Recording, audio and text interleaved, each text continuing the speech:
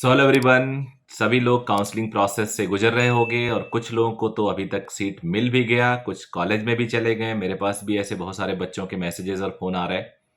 कई बार उनके फ़ोटोज़ देख रहे हैं कि कॉलेज में चले गए हैं। कुछ लोग रूटीन में आ गए हैं, कुछ लोग अभी जिनका कॉलेज में अभी तक नहीं हुआ, जो डाउट में है, जिनको मिला लेकिन उन्होंने कॉलेज लिया नहीं। ऐसे भी बहुत सारे स्टूडेंट हैं जिन्होंने सेकेंड राउंड में एमबीबीएस एक रिस्क पे अभी छोड़ रखा है कि मॉपअप में उनका पसंद वाला कॉलेज मिलेगा। तभी आप देख रहे होंगे कि मॉपअप में अभी काफ़ी सीटें खाली भी हैं ऑल इंडिया में। मोरलेस स्टेट में भी सीटें तो खाली होती हैं, लेकिन थोड़ा ज़रूरी है, रिस्क वाला फैक्टर हो जाता है कई बार बच्चों के लिए। तो कुछ कुछ डाउट्स है, जैसे कि मैं एक एग्जांपल से बताता हूँ आपको कि एक बच्चे को डाउट लग रहा है कि उसे मॉपअप में क्या बीडीएस भरना चाहिए, क्योंकि आप स्ट्रीम अलग से चॉइस नहीं दे सकते। अब अगर आपने बीडीएस फिल कर दिया मॉपअप में और वही बीडीएस आपको मिल गया, तो फिर आप क्या करेंगे? आपको तो लेना ही पड़ेगा। कुछ बच्चे सोच रहे हैं कि उन्हें अगर फॉर एग्जाम्पल वो उत्तराखंड से हैं या यूपी से हैं और उन्होंने या किसी भी स्टेट से उन्होंने एक ऐसी चॉइस फिल कर दी जो ऑलरेडी मिली हुई है और उसमें वो बिल्कुल नहीं जाना पसंद कर रहे हैं। अगर उन्हें मॉपअप में मिल गया तो अब तो उनको लेना ही पड़ेगा, उस स्टे में जा भी नहीं सकते। और अगर नहीं लेते हैं तो हो सकता है उन्हें कुछ भी ना मिले, स्टे में भी कुछ नहीं मिले। तो कुछ जो डाउट्स हैं वो जेन्युइनली बहुत ज़्यादा टेंशन दे रहे हैं। अच्छा, बच्चों को पूरी नॉलेज भी नहीं है अभी कि किसको स्टे में जाने को मिलेगा, किसको स्टे में नहीं जाने को मिलेगा। तो मैं आपके ऑल इंडिया वाले करियर काउंसलिंग का जो बुकलेट है, आई थिंक 41-42 है, हाँ 41-42 है, उस पे कुछ क्वेश्चंस दिए हुए हैं जिसके थ्रू आप अपने डाउट्स को क्लियर कर सकते हो।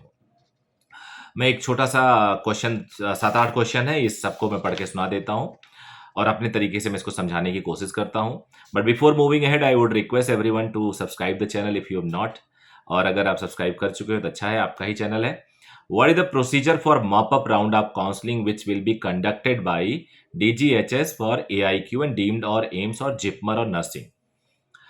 Answer is the net vacancy due to non-joining, non-reported of round 2 will be published in the seat matrix and eligible candidate have to submit fresh choices and the result will be processed as per choice and merit. अगला question समझ गए होगे तो बड़ा simple सा है। Fresh choice भरा जाएगा, ये क्लियर है इसमें, और मेरिट के हिसाब से ही आपको, एलिजिबिलिटी के हिसाब से कॉलेज आपको दी जाएगी। What to do if I by mistake had opted for deemed university seat and I wanted to opt only for all India? How do I correct it? अब देखो इसमें दिया हुआ there is a reset initialization option at registration page where candidate can reset the previous field quota choice and fill the particular again, then proceed for registration. This facility is provided only once. However, candidate has to make new registration with full payment of fee after using reset option. अगला है 32 question है, whether upgradation is allowed from second round counseling to mop-up round counseling. No, no, no. Upgradation is not allowed once a candidate joins a seat allotted in round 2 of AIQ. सारा बात दिया हुआ, will not be allowed to vacate the seat of AIQ deemed Central University Nursing. The candidate will not be allowed in any further counseling including stray vacancy round. तो ये जो second round का है कि आप यहाँ पे ज्वाइन करके नहीं छोड़ सकते हैं। आ जाते हैं 33 पे, ये इंपॉर्टेंट है, इसीलिए तो ये वीडियो बनाया मैंने। Who are eligible for stray vacancy round of AIQ deemed Central, AIIMS और नर्सिंग वगैरह, और रजिस्टर्ड कैंडिडेट्स एक्सेप्ट यानी इसके सिवा, जो नीचे देने वाला हूं, except the following 3 categories are eligible for stay vacancy round. पहला, candidate who joined the allotted seat in round 2, वो मॉपअप और स्टे में एलिजिबल नहीं है, नहीं है, नहीं है। Candidate allotted a seat in mop up round of MCC and not reported. Mop up में आपको अलॉट हुआ लेकिन आपने रिपोर्ट नहीं किया तो आप बाहर हो गए, आप स्ट्रे में नहीं जा सकते। कैंडिडेट ज्वाइंड अ सीट इन मॉपअप, यानी मॉपअप में आपको सीट मिला, आप स्ट्रे के लिए बाहर हो गए, चाहे आप ज्वाइन करें चाहे आप ज्वाइन ना करें। Candidate who have not registered in any previous 3 round, वो भी नहीं। Candidate join holding a seat in state quota, तो ये सारी चीजें हैं, बहुत ध्यान देने वाली बात है। इसीलिए मैंने कहा था कि सोच समझ के आप डिसीजन लीजिएगा। अगला है who are not eligible for stray vacancy round. Following candidate are not eligible. देखो फिर दिया हुआ वही चीज कि इसमें गलतियां होती हैं।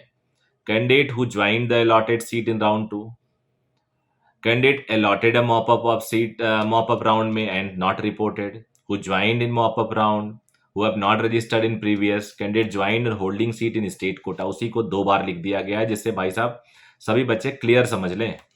Will there be any fresh registration choice filling for stray? No, there will be no fresh registration choice filling for stray vacancy round. The choice filled by the candidate in the mop-up round will be processed in the stray vacancy और deemed के लिए 10 गुना सीटें colleges को देते हैं। Where I am eligible for state quota if allotted a seat in second round.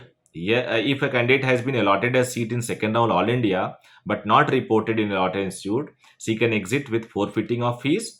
Refundable security amount will be forfeited. However, once the candidate join a seat allotted in round 2, he will not be eligible for exiting the seat and not eligible for any round of counseling including state round. यानी second round पे आपको मिलती है तो आपको लेना पड़ेगा। ये था इसमें, तो जानते हैं आप लोग। लेकिन याद फिर से मैं बोल दे रहा हूँ, अगर आपको मॉपअप में वही कॉलेज आपको जाना है जो आपको मिले तो आप ले लो, नहीं तो आप स्ट्रे में नहीं जा सकते।